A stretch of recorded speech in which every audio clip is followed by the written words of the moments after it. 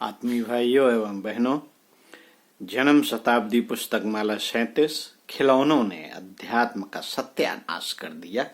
प्रवचन पंडित श्री राम शर्मा आचार्य। मैं अनिल कुमार श्रीवास्तव आपको अपनी आवाज में पढ़कर सुना रहा था। इसी क्रम में आगे पढ़कर सुनाता हूं। साथियों, अंगारे के ऊपर राख की परत जम जाती है। राख की परत को जब हटा देते हैं तो अंगारा लाल दिखाई पड़ता है, चमकदार दिखाई पड़ता है।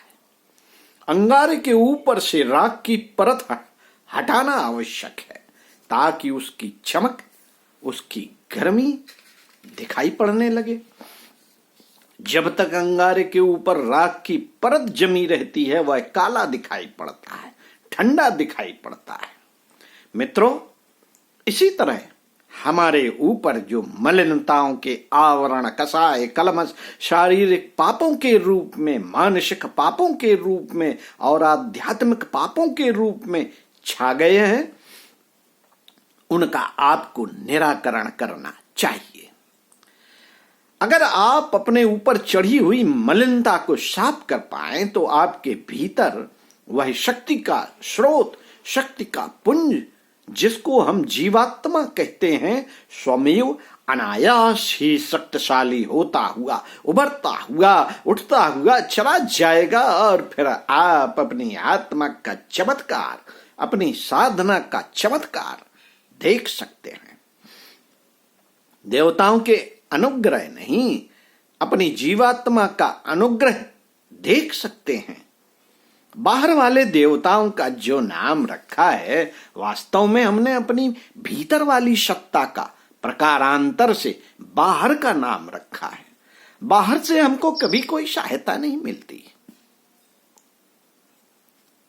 बाहर का कोई वरदान हमको कभी नहीं मिलता, बाहर का कोई भगवान कभी सहायक नहीं हुआ। भीतर वाला ही वह भगवान है जो जब जब जागृत होता है तो बाहर वाले भगवान को खींचता हुआ चला आता है, पकड़ता हुआ चला आता है, घसीटता हुआ चला आता है। हमारा भीतर वाला मैग्नेट सोया हुआ हो, भीतर वाला मैग्नेट गया गुजरा हो तो आप कोई चीज नहीं पकड़ सकते।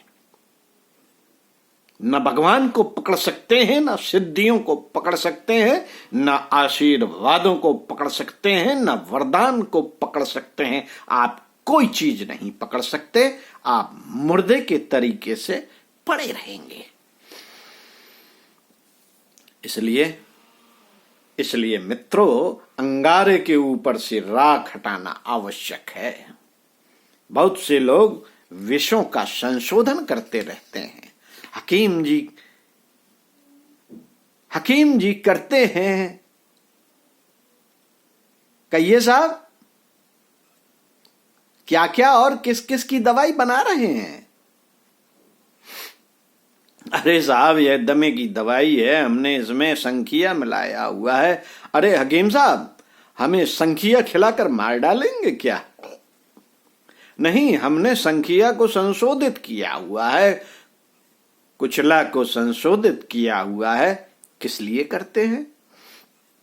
कुचला को इसलिए संशोधित किया हुआ है कि इसमें हम वात की बीमारियों और घुटने के दर्द को ठीक कर देंगे। गंधक को हम संशोधित करते हैं, इससे हम खाज खुजली को अच्छा कर सकते हैं। इस तरह हमने गंधक को संशोधित कर दिया है और वह हमारा काम करता है। कुचला हमारा काम करता है, संखिया हमारा काम करता है। हर तरह का जहर हमारे लिए उपयोगी बन जाता है, अमृत बन जाता है। इसी तरह अगर आप कच्चे पारे को ठीक कर लें, संशोधित कर लें, तो हमारा पारा रसायन बन जाता है। मित्रों, अपने आप की सफाई आत्मशोधन की पहली प्रक्रिया है। दर्पण के ऊपर जब तक गंदगी की परत चढ़ी होती है, मलिनता की परत चढ़ी होती है, तब तक हमको उसमें अपना चेहरा दिखाई नहीं पड़ता। जिस वक्त आप शीशे के ऊपर से परत हटा देते हैं उस वक्त आपको भगवान दिखाई पड़ता है, पूजा दिखाई पड़ती है, भक्ति दिखाई पड़ती है, अपनी मलिनता दिखाई पड़ती है। दिल के आईने में है तस्वीर यार की, जब जरा गर्दन उठाई देख ली। मित्रों, अपनी मलिनता को साफ कीजिए और भगवान को अपने भीतर देखिए। अपने दर्पण की सफाई कीजिए। डिस्टिल्ड वाटर का उपयोग आप जानते हैं? लाइए डॉक्टर साहब, एक कुनैन मिक्सचर का इंजेक्शन लगाइए। अच्छा पानी लाइए। अरे इस पानी से थोड़े ही लगेगा, इसमें तो कीटाणु जीवाणु हैं, इसका इंजेक्शन लगा देंगे तो आप मर जाएंगे।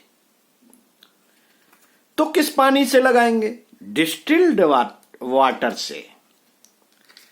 डिस्टिल्ड वाटर किसे कहते हैं बेटे? उसे कहते हैं जो भाप के द्वारा उड़ाया हुआ है। डिस्टिल्ड वाटर अर्थात वह आदमी जो भगवान का भक्त कहला सकता है। और गंदा पानी कौन? वह आदमी जो दुहाई तो भक्ति की देता है, भक्ति के कर्मकांड करता है, जिसे मैं नखरे कहता हूं। ऐसा आदमी भक्त के नखरे तो करता है, लेकिन असल में उसने अपने आप को इतना घटिया बना करके रखा है कि उसके अंदर क्या हो सकता है और क्या नहीं हो सकता। बेटे, हम उसके ऊपर कोई विश्वास नहीं कर सकते। हमारे लिए अपने भीतर की सफाई करना अत्यधिक आवश्यक है। भगवान बुद्ध एक शिष्य के यहां भिक्षा मांगने के लिए गए। भिक्षा के लिए अपना कमंडल साथ ले गए। सेठ जी को पता था कि आज भगवान बुद्ध हमारे यहां आने वाले हैं, सो उन्होंने मेवे की खीर बना करके रखी थी और सोचा था कि मैं भगवान को भिक्षा में खीर दूंगा। भिक्षा के लिए जब उन्होंने कमंडल आगे बढ़ाया तो सेठ जी ने देखा कि कमंडल के भीतर गोबर भरा पड़ा था। सेठ जी ने कहा, भगवान आप यह क्या कर रहे हैं? बताइए कि आप गोबर भरे हुए कमंडल में खीर लेंगे तो बेटे इसमें क्या हर्ज है? स्वामी जी, इसमें दो हर्ज हैं। पहला यह कि इसमें गोबर भरा हुआ है, इसमें जो खीर डालेंगे वह जमीन पर गिर पड़ेगी, इस कमंडल में नहीं आएगी। दूसरा अगर थोड़ी बहुत खीर आ भी गई तो गोबर में मिल जाएगी, और अगर आपने इसे खाना शुरू कर दिया तो खीर और गोबर दोनों चीजों को मिलाकर खाने से उल्टी हो जाएगी और हमारा सारा प्रयत्न बेकार हो जाएगा। तो बेटे क्या करूं? तो बेटे अब क्या करना चाहिए? गलती तो हो गई, लाइए कमंडल हमें दीजिए। सेठ जी कमंडल ले गए, उसे धोया, साफ किया और साफ करने के बाद में उसमें खीर भरी और भगवान बुद्ध से प्रार्थना की कि कहीं भविष्य में कहीं भी आप भिक्षा मांगने जाया करें तो गोबर की कमंडल को धो करके लेके जाया करें। मित्रों,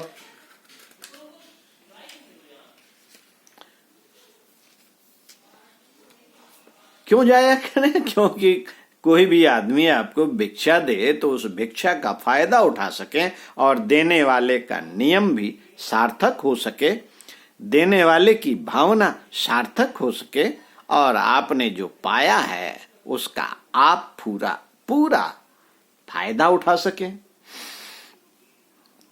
भगवान बुद्ध ने कहा, बेटा शिक्षा तो तूने अच्छी दी, आइंदा से अब मैं ऐसा ही करूंगा।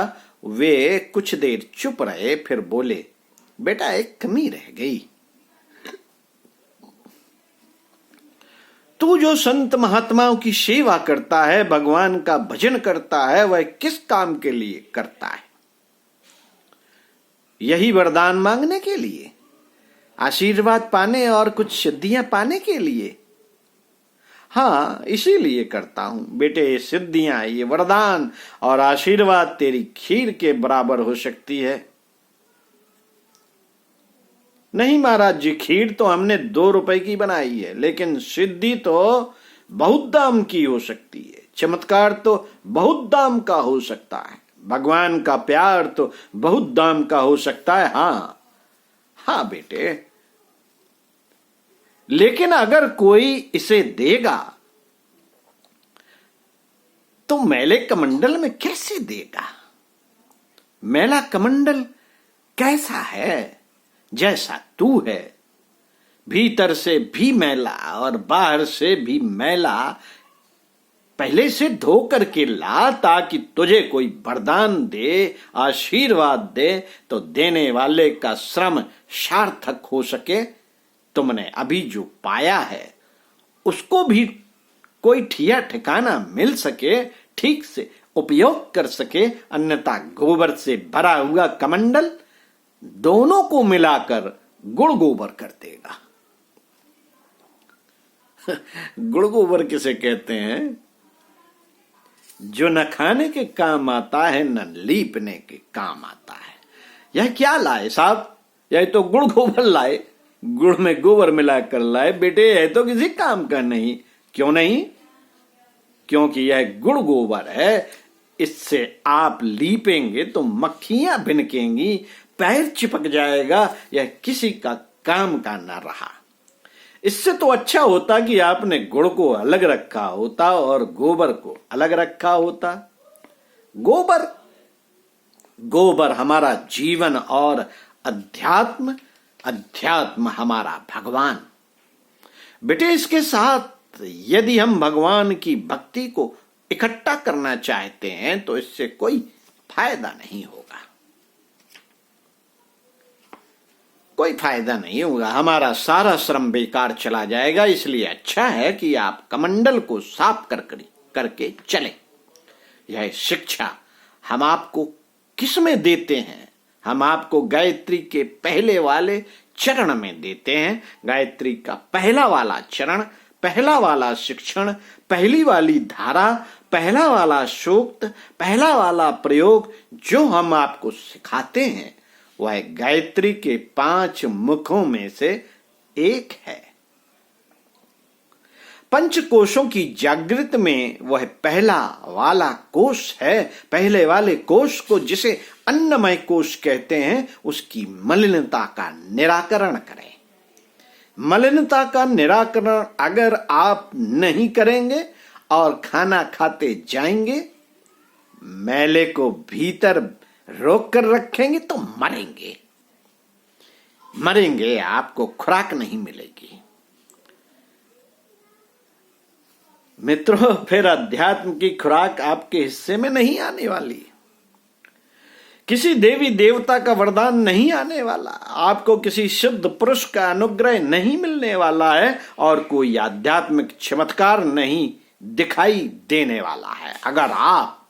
अगर आप अपने आप को साफ करके नहीं आएंगे, तब बेटे हमको कई काम करने पड़ते हैं, पसीना निकालना पड़ता है। अगर हम पसीना नहीं निकालें, तब पेशाब न करें, तब सांस नहीं लें, तब इन सब के द्वारा जो हम मलिनताओं को निकालते हैं, अगर हम इन मलिनताओं को नहीं निकालें, अर्थात सांस न लें, पसीना न निकालें, पेशाब नहीं करें, तब मलिनताएं हमारे शरीर में जमा होती चली जाएंगी। और मित्रों, कोई और तो मरेगा नहीं, हमारी कोई हत्या करने तो नहीं आएगा, कोई चाकू और छुरी लेकर के तो नहीं आएगा, लेकिन मलिनताएं हमको मार डालेंगी। इसलिए मेरी आप सबसे एक ही अपेक्षा है कि आप अंदर की मलिनताओं को साफ करें। आज की बात समाप्त। ओम शांति शांति शांति।